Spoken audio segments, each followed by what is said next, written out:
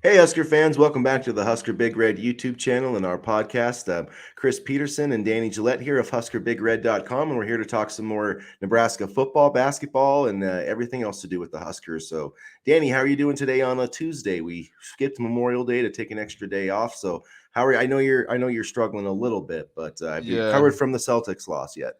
I mean, yeah, because I've gotten plenty of experience every Saturday in the fall, it seems, watching Nebraska football, so I'm very familiar with this emotion, and I've learned to compartmentalize my feelings, and I'm doing okay, but hopefully Nebraska can bring me some happiness this fall.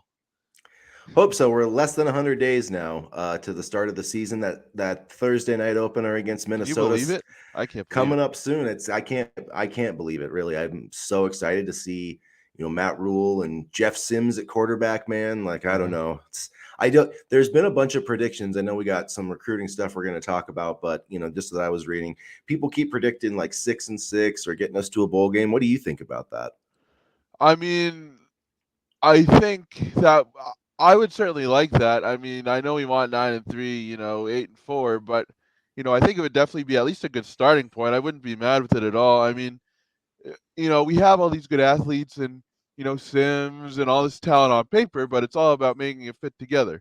I mean, you looked at some of the talent that we had, for example, in 2021 when we went 3-9, and that team should have made a bowl game, in my opinion. And so it's all about just making sure it gels together and making sure the coaching staff is cohesive. And I don't think that's going to be a problem under Matt Rule. This coaching staff seems very motivated and ready to work and ready to go. And so I would be happy with 6-6. I know we want to shoot for a little higher, but as a starting point, I think a bowl game is certainly within reach. Definitely, I do think it's within reach. I mean, I understand, the 6-6 predictions and the schedules. It's not overly challenging, but it's not easy either. Like Wisconsin on the road, you got to play Illinois on the road. Iowa at home's tough. Um, Colorado on the road. I mean, that's never yeah, an easy place to win. Minnesota. I mean, Minnesota's pretty good this year. I think people are sleeping on Minnesota. I mean, when I think about teams that can win the Big Ten West, I think of Iowa, Wisconsin, and Minnesota. And I do think I think Nebraska could have a shot. I honestly do. I mean, I'm not, like I'm not trying to drink the Kool-Aid too hard. I just think if everything fell in the right direction, because I don't think anybody in the Big Ten West is that good. I mean, Iowa could be, I guess, if their offense can get it together. And I think you could say the same about Wisconsin. I mean, it's not like their defense was horrible last year, but and they still have Braylon Allen too on top of it. I mean, I know everybody's like they've spent this whole offseason talking about how they're going to be like this air raid offense, but I'm sure they're still going to give it to Braylon Allen like a few times. I don't think Phil Longo's as dumb as Mark Whipple. I we mean, got we got to take our shots at Mark whenever we get a chance. Anyway.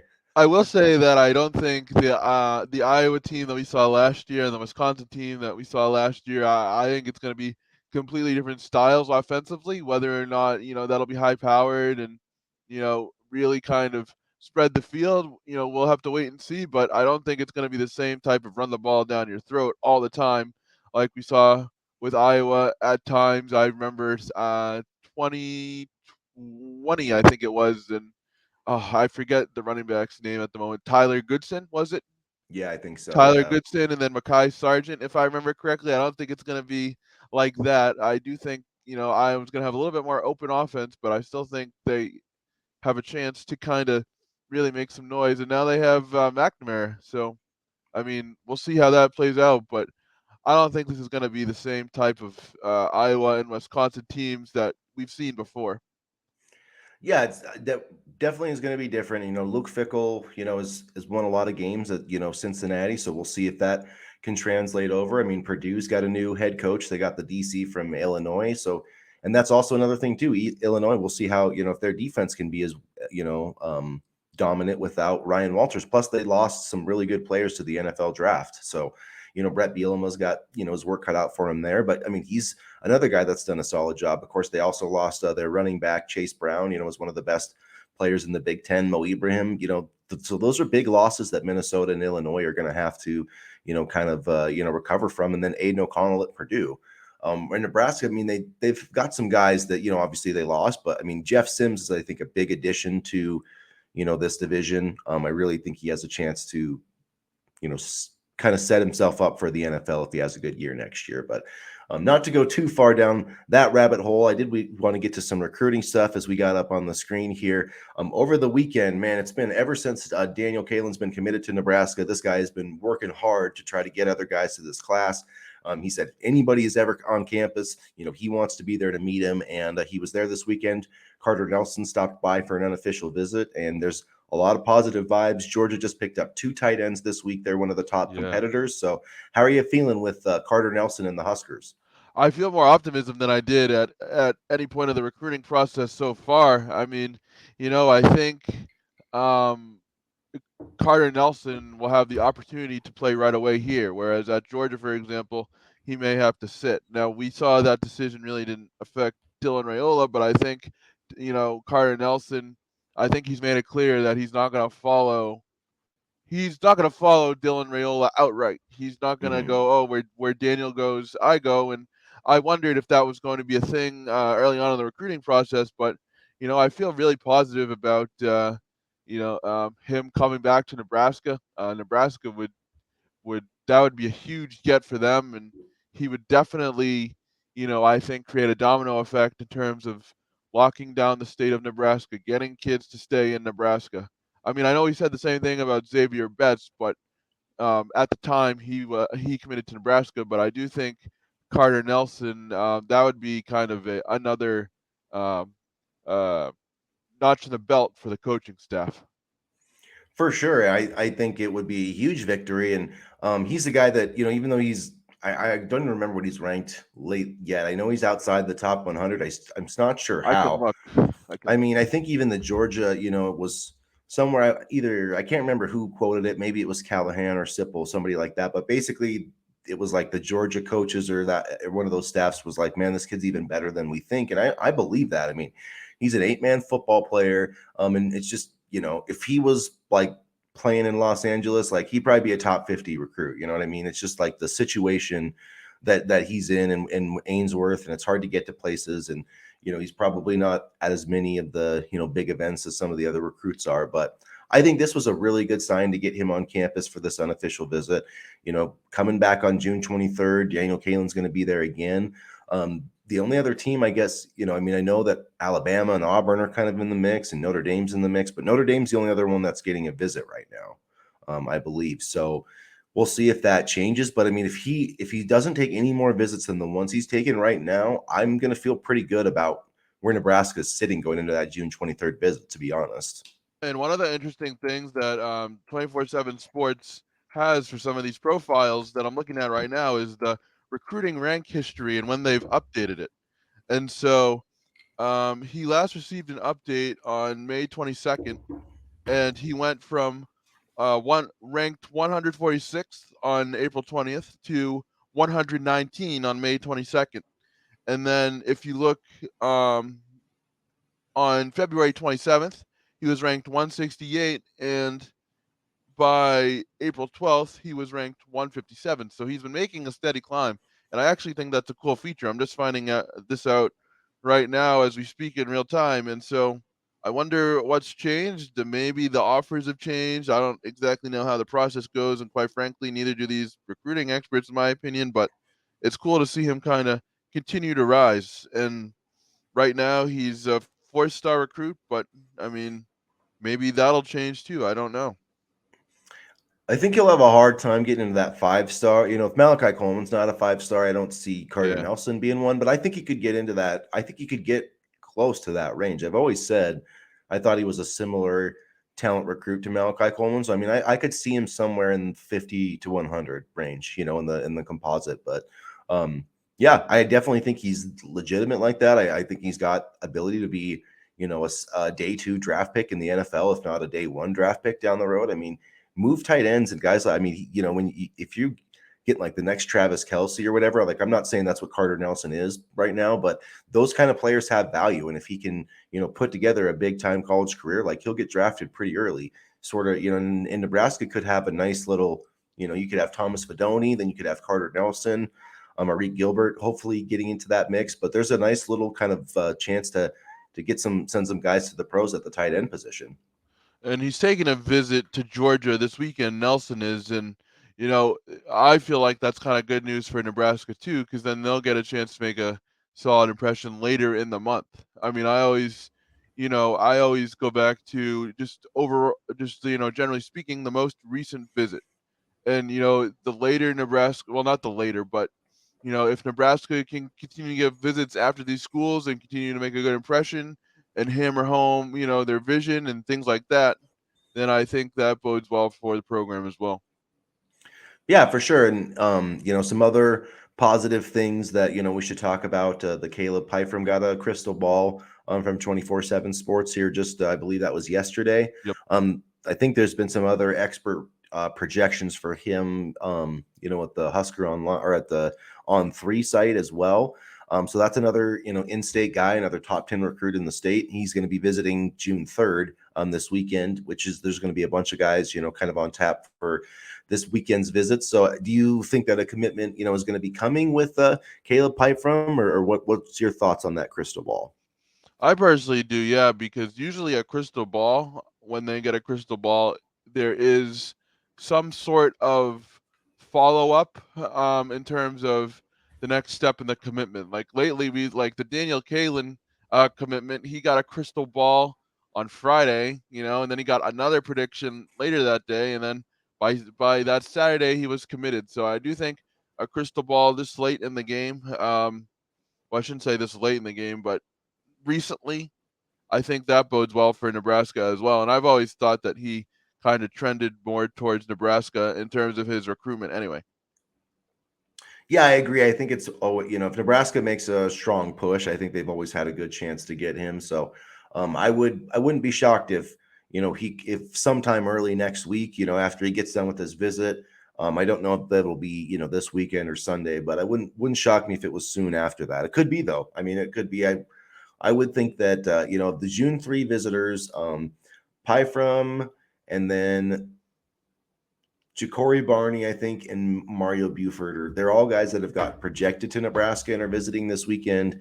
I think with Buford, it's a big chance to kind of close this thing out. I know there's been some other, Michigan State's been Yeah. interested, Penn State, I think Arkansas. He's out of DeSoto, Texas, 4-star, according to the On3 industry rankings. Now he's up to number 314. So, I mean, it would be the Huskers have a 72% chance right now. So they're kind of in the driver's seat. His brother's on the team. It would just be nice to lock that in and get a 4-star defender, into this class. Yeah, he's another one I feel really good about too. And Ja'Cory Barney, wide receiver from Miami Palmetto, teammate of Willis McGahee. And I feel good about him as well. I really do. And I think this could be a nice month for Nebraska. A chance for them to continue to make an impact on the recruiting trail. And I can't stress enough how important landing Daniel Kalen was for this program, because I do think it kind of, you know, opened up doors not only in terms of peer recruiting, but for other in-state kids to be like, "Hey, I want to play with Kalen," and you know, I think it'll be interesting to see what the Kalen effect is, if there is any. But the fact that he's peer recruiting and the fact that all these kids are visiting campus, especially a guy like Nelson in state, is certainly a positive sign for sure. Yeah, definitely. I mean, when there was the first report about Nelson's visits, just to Georgia and Notre Dame, I was a little bit worried. I Yeah, I figured got he would nervous. visit Nebraska at some point, but I mean, you never know. Sometimes they don't visit the in-states. I mean, it's not like he hasn't been to Nebraska. I think this was his 8th visit to Nebraska. I mean, I could be wrong on that. Maybe I might be thinking of Malachi Coleman, but at any rate, like he's been there numerous times since he was there at the spring game. I think he was there another time. So I mean, there's been quite a few March, I visits. think. I Yeah, think. and Matt Rule's been there quite a few times too, and I just think that they've done a good job. The thing I always said about Matt Rule, in this recruitment is that at least with Nebraska, like you should not be outworked for Carter Nelson. There shouldn't be another team that sees Carter Nelson more than you, that gets him on camp, and that's been the case. I mean, Nebraska has gotten FaceTime with Carter Nelson as much as anybody. They've been to his basketball games, they've went to his track meets. They've done as much work as they can with this kid, and that's all you can really do. I mean, at the end of the day, as long as you're putting that effort in, I mean, if you look at to go back to last year, like with Zane Flores, Nebraska like didn't Yeah. get him whatever. They didn't try. Yep. If you offered Zane Flores, you went to his school, you got him on campus, and he still went somewhere else, like, okay, you shot your shot. And that's what I at least feel very good about the process and the way that Matt Rule has gone about recruiting Carter Nelson. And now I think that they've got Daniel Kalen. That in-state momentum is huge. And, like people, I mean, I know he's not Dylan Raiola, but I mean, he's a really good quarterback, and he's very well respected in the state of Nebraska. Like that's the thing too, is these recruits all know each other, and Yeah. like this is a big time quarterback, not only in Nebraska but in throughout the Midwest. I mean, he didn't get an Elite 11, pick for for no reason. He got that pick, Yeah. he earned it. I mean, there's only 20 kids that earn that. That invitation, and so I'm going to be excited to see what he does. Hopefully, he can get into that top 11. That would be freaking sweet. And you look at the this list of, Elite 11 names: Raiola, Julian Saint of Alabama, CJ Carr, Notre Dame, Aaron Noland of Ohio State. I mean, Jaden Davis, Michigan. I mean, there are some big names in that Elite 11 list, and the fact that Kalen is on there certainly says a lot. This isn't just a, feel good award. This is a legitimate, list of quarterbacks, talented quarterbacks, and the fact that Kalen's on there, I mean, I just can't wait to see what he does. Can you imagine? And people brought this up in one of my articles, one of the comments. Can you imagine if Kalen outduels Dylan Raiola in the Elite 11 finals? That would be cool. That that would would be, be that'd be yeah, fun. that would be cool. But yeah, just getting there, I think for one is Yeah, I mean that means Nebraska's got one of the top 20 quarterbacks in the country, and I know one of the Elite 11 scouts was talking to Steve Sipple. There's an article on Husker Online, but he was talking about how Daniel Kalen's one of the elite pocket passers in this class. I mean, and I believe that he's not. I'm not necessarily saying he's a statue. He can move around. He's not going to be a dual, he's probably going to run more like we saw with Casey Thompson last year, run when needed. You're not going to run like a bunch of zone reads, but if you can be a lead in the pocket and if Nebraska can protect him, then I just don't think that's going to matter because, I mean, you look at you look at the talent they're building at the wide receiver and the tight end position. yeah. And man, if you can just get a point guard back there that can distribute the ball and take care of things and, drop a few dimes, as they say about Danny, then I think we're going to be okay. And we've talked about, what Nebraska's done in Texas and things like that. But, I look at this news, there was a crystal ball a couple weeks ago for Barney to Nebraska, Ja'Cory Barney, the wide receiver. And, that to me is good news too, because Barney was teammates with Willis McGahee, is teammates with Willis McGahee, who also committed to the program. And, they're both from Miami Palmetto. So if they can make inroads at Miami Palmetto, and while continuing to recruit Texas and kind of have at least a foothold in Florida, that's a positive to me as well. Yeah, I think that they hired that other coach who, had Philip ties Simpson. to, yep. And so I think that was a really smart move for Nebraska. And I think we've seen that pay off a little bit with a couple of their visits. And, I don't know if that had anything to do with getting McGahee, but I mean, it certainly doesn't hurt to have those high school ties there. I did want to mention, another thing, Gatelin Bear is one of the top guys, in terms of the recruits left on the board. I mean, there's Carter Nelson and then there's Gatelin Bear. I think they're both extremely important. Gatelin Bear is going to take visits to TCU, Oregon, and Michigan this month, and then he's going to take his visit to Nebraska, he says, in the fall. So, what do you think about that? Do you think that's a good thing for Nebraska? Would you like to see him back on campus before then, or what are your thoughts on that news? On one hand, I would like to see him back on campus before then. On another hand, I don't mind him taking a visit in the fall, just because these days I get worried when kids commit before a season, and so depending on when that fall visit is, of course, I kind of like the idea of him, coming to see what the program's about, and you know maybe taking into consideration if this truly is the right place for him or how it stacks up against other schools.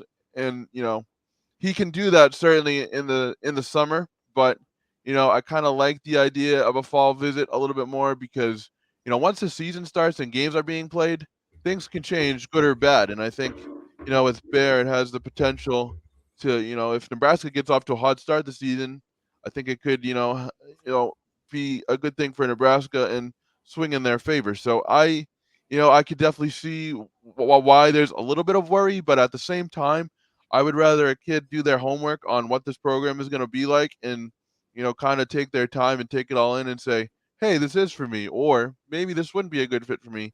Then commit, give false hope, and then go, kind of just go to the next school. Yeah, I agree. I do think it's a good. I think getting kids for games, especially the kids that aren't from the state that haven't been Yeah, there, I think is important. And trying to see the success on the field, trying to show Gatelin Bear, Nathaniel Frazier, and Brandon Baker, like, hey, yeah, we've got this program headed in the right direction. We just need more guys like you. I understand that message. I think that message has a chance to work. I always worry about I mean you're going to Oregon June 16th, and they've got like more money than God. And Phil Knight doesn't care about, he'll yeah, write the biggest NIL. He'll give your mom and dad a job. I mean, that's yeah. what they were going to do with Dante Moore. I mean, according to all reports, his parents were going to have jobs at Nike, and that's how they got him. But, whatever. So I always worry about that place because it's like, I mean, the facilities, Nebraska's got great facilities, but I don't think they've got Oregon type facilities. You know what I mean? So I mean, not many programs do, to be fair.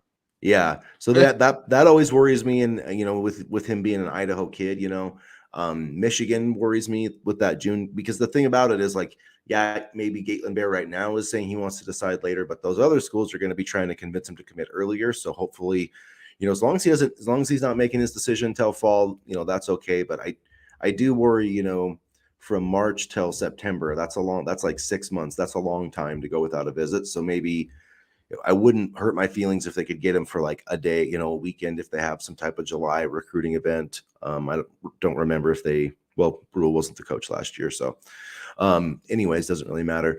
But I'd like to see him get on campus before then. At any rate, Nebraska is projected as the favorite right now. So we'll see if that feeling holds, I guess, through these other visits in the month of June. Yeah, I mean, I'm just more worried about committing and then other schools trying to put a bug in the ear because I would rather a kid, not commit to us and, make it very clear that honestly Nebraska's on it in his plans than to commit to us, have other schools come chasing and then poach him. I think that's a tough part of recruiting, and it happens more and more with NIL and things like that. But I'd rather him take his time and go to all his visits. And I do think Nebraska is still very much in the mix. And you mentioned Oregon and all the money they have. I think that definitely is a worry, but we'll see how it goes. I mean, the other thing of it is too, as much as we would want to have Gatelin Bear to the program because he is a very good football player and extremely fast, it's not like we have to rush to get wide receivers. In past years, it's felt like the cupboard has been bare. We need a receiver this class, or else we're in trouble.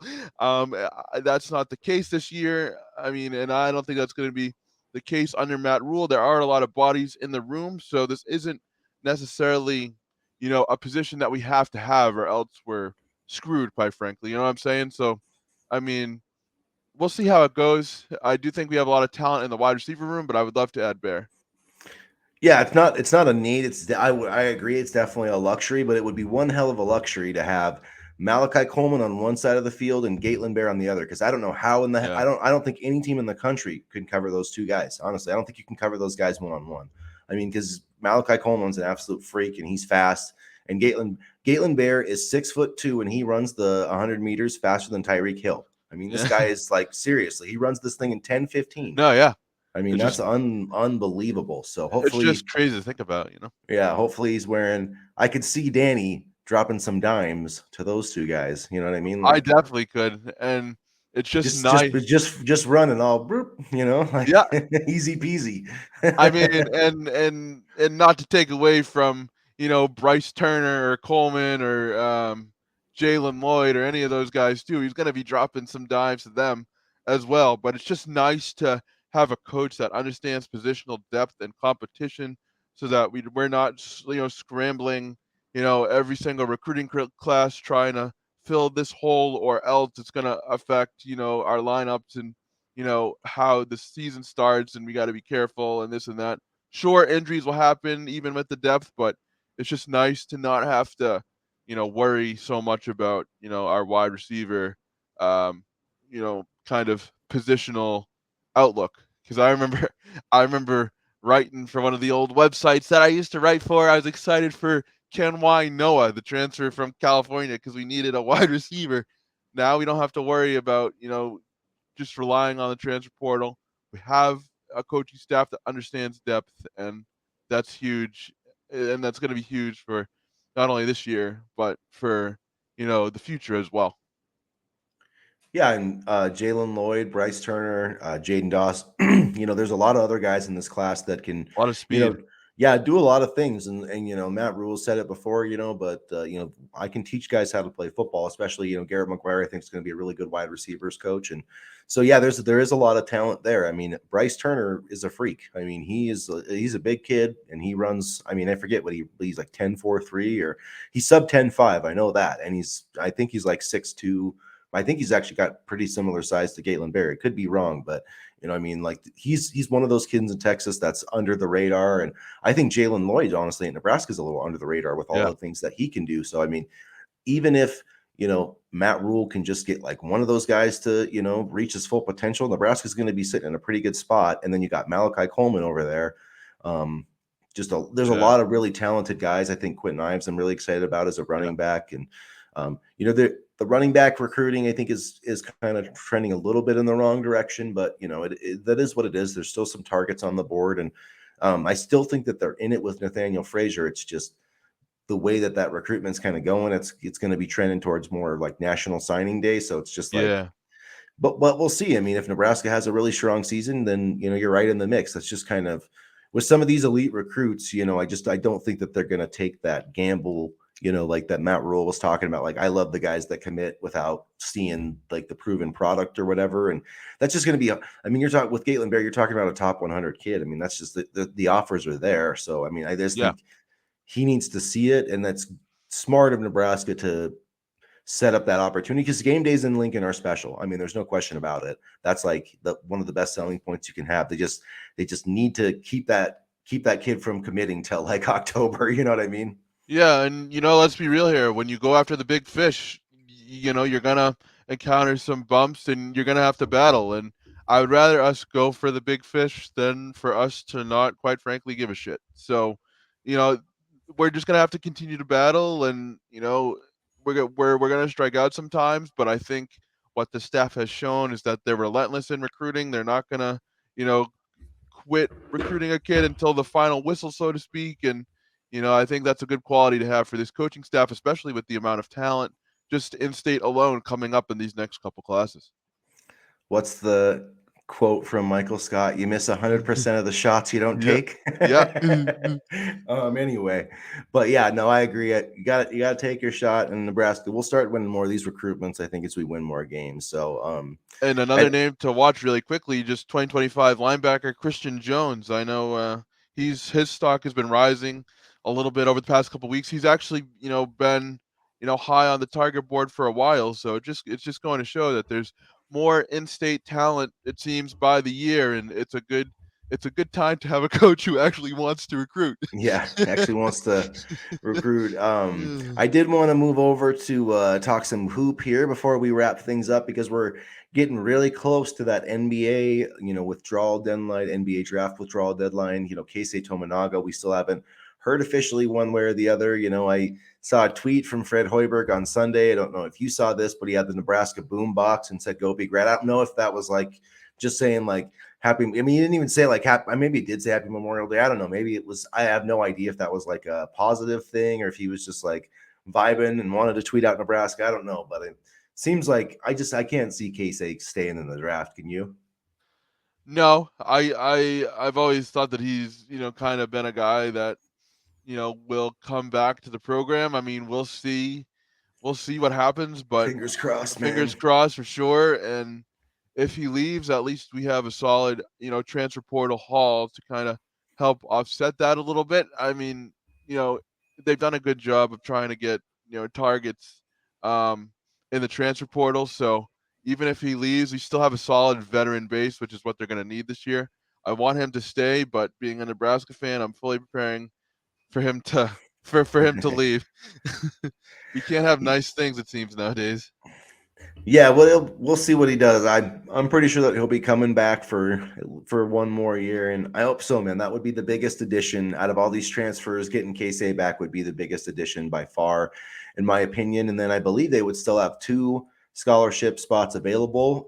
More guys will be coming back from the NBA, so there might be some more transfer portal targets. I'm wondering if they are. I'm I'd be surprised, I guess. Not surprised, if the right guys, but it wouldn't shock me if they didn't end up using both of those spots, or if like one of them went to, they bumped up Sam Hoiberg, as a non-walk on anymore if they can't land anybody else, and then just save a spot maybe for the next year. It's like I can understand that a little bit, not wasting a scholarship if no one else is there. And I do, it wouldn't bother me if they gave Sam Hoiberg a scholarship, at least for the year. I mean, He it's played just well a last year. I mean, yeah, it's like a 1 year deal when they do that usually, and he deserved it. I mean, I definitely felt like he showed that he wasn't on the floor because his last name was Hoiberg. I'll just say that. You know what I mean? yeah, that was something I was worried about, honestly, as the season progressed last year, that he was on the floor because his name was Hoiberg, but he could actually play. Yep. He's got a very gritty play style. He's not afraid to get in the dirty areas, and I think there really is something there with Sam Hoiberg. So I would be totally fine if they gave him a scholarship. Yeah, I mean, he can play some point guard for you if you need. He can hit some shots. He's a He good had that defender, I one. feel like. Yeah, had that steal, and I mean Yeah. that kind of clinched us one game. I can't remember which one it was. Maybe Wisconsin. Um, Yes, but yeah, Wisconsin.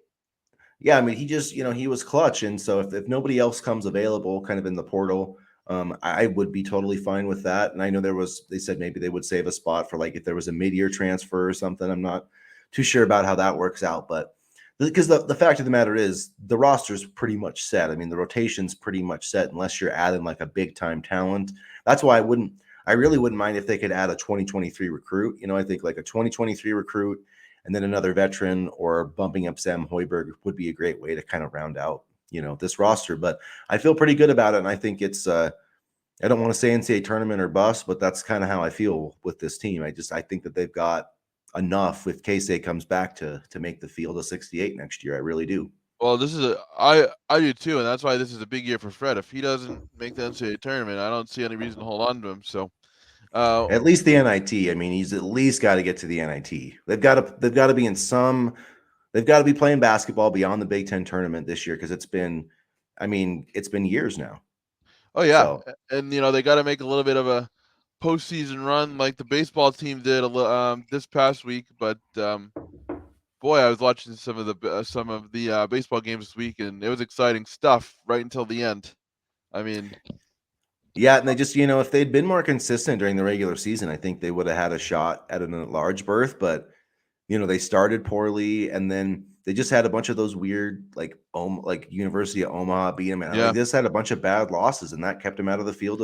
This was a team that should have, like, regardless of whether winning the Big Ten or not, they should have been a top three team. They should be playing somewhere this weekend. That's my feeling. Yeah, and they definitely showed that they had the offense for most of the year. The pitching was just inconsistent, but I mean, we'll see what happens next year. But I mean, for the most part, I feel like this team underperformed this year. Yeah, I do too. I mean, they had a good year, but yeah, it's just with all that talent. I mean, like Matthews and just some of the numbers that those guys put up to not have Max this Anderson, team. yeah. Yeah, to not have it feels like this team not making it's just I feel the same way I did about Michigan basketball not making the NCAA tournament with two guys that are going to be first round picks. Just underachievement. Well, that's the same way I feel about the Frost teams like 2021. Like I feel like we were loaded defensively, and even last season with all the stuff that happened. Casey Thompson, Trey Palmer. I mean, you had Anthony Grant, and now granted, Mark Whipple didn't help matters, but we had too much talent to go, in my opinion, 4-8. So, I mean, Well, and I mean, if we don't have the surprise on side, and if Casey doesn't get hurt, like we're bowling. can you believe that was Northwestern's only win? That's crazy. I didn't even realize that. I was today years old when I learned that. That just pisses me off even more. I mean, It's it's like, unbelievable. That's I mean, unbelievable. we Like can't how get did out of that's our the own. thing, man. Nebraska, yeah, that one, and then the Georgia Southern, they missed the field Oh, goal, which because we were watching on playback and I'm pretty sure I predicted it. I was like, what? Like before Nebraska even got the ball, I was like, they're going to get in field goal range and then miss the game tying kick, and that's exactly what happened because they telegraph it every time. that whole night Anyway, was just so ominous. I it mean, that was was it just was surreal, but it had to happen because Scott needed to go. So Scott whatever. needed to go, and then I'm glad that we're certainly seems like we're turning the page because I feel just generally speaking, that we have a better roster than we did last year at this point in terms of just the work and the returning players and the recruiting work. The recruiting work's the biggest thing to me. So And also, just I think we have a staff that is can take a team that I don't think Matt Rule's going to get a team that's like a bowl team and go 4-8. You know what I mean? Like he's going to yeah. get the best. He's going to know how to get the best out of his players and coaches. So I've said it from day one. I think we're going bowling this year. I'm not trying to drink the Kool-Aid too hard, but that's just who I am. So you guys can all tell me I'm a moron if they go 4-8 this year because I'll probably be right there with you. I'll be really sad though. But you know what? That means at least they're reading our stuff. So make sure to get in the comments and make sure to subscribe. I think we should have another show on Friday because, quite honestly, there's been a lot of news lately. So please make sure to subscribe. Keep interacting with us in the comments on our articles. I'm gonna get back into writing. I've taken quite a long vacation, in my opinion. So I'm gonna get back to it and stop being lazy. And Chris always has great stuff. And we'll see. I feel like it's a good time to write about football. I will say that. Yeah, it is. So yeah, make sure you guys hit the subscribe button to this channel. Check out huskerbigred.com. I have to say we're one of the fastest growing Husker websites out there. So keep helping us grow. We love to interact with you guys. And yeah, as always, everybody, go Big Red. Go Big Red.